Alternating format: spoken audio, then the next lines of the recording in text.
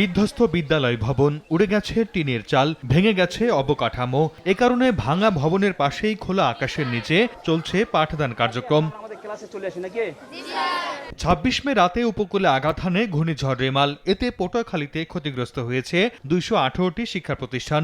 সংশ্লিষ্টরা জানান, তাৎক্ষণিক সংস্কার না করতে পারায় এখনো খোলা আকাশের নিচে চলছে শ্রেণীকক্ষের কার্যক্রম। তবে এতে কমে এসেছে শিক্ষার্থীদের উপস্থিতি।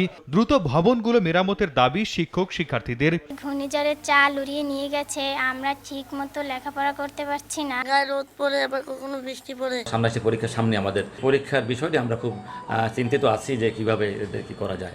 একই অবস্থা বরগুনার। ঘূর্ণিঝড়ের তাণ্ডবে ক্ষতিগ্রস্ত হয়েছে ৪০৫টি শিক্ষা প্রতিষ্ঠান। বর্ষা মৌসুমের আগেই দ্রুত শিক্ষা প্রতিষ্ঠানগুলো সংস্কার কিংবা পুনর্নির্মাণের দাবি জানিয়েছেন শিক্ষার্থী ও শিক্ষকরা।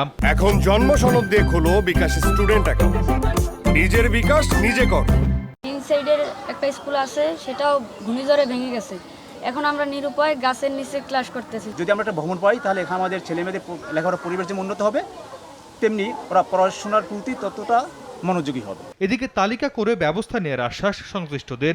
ক্ষয়ক্ষতির পরিমাণ এবং সম্ভাব্য করে তালিকা করে আমরা পাঠাইছি। আমাদের অধিদপ্তরের মাধ্যমে এটা মন্ত্রণালয়ে পাঠানো হয়েছে। শিক্ষা প্রতিষ্ঠান প্রধানকেও আমরা অনশন ডেকে বলছি, যদি আপনাদের লাখখানি টাকার মধ্যে দিয়ে যদি এটা করা যায়, সেটা হয়তো লোকালি হয়তো করার সুযোগ এখনো আছে। অগ্রাধিকার দিয়েই এই কাজটা যাতে সবার আগে হয়, সেই জন্য আমি প্রচেষ্টা নিব। প্রাথমিক ও মাধ্যমিক শিক্ষা অধিদপ্তরের তথ্য মতে এখন পর্যন্ত শিক্ষা প্রতিষ্ঠানের ক্ষয়ক্ষতির পরিমাণ নির্ধারণ করা হয়েছে 10 কোটি টাকার বেশি।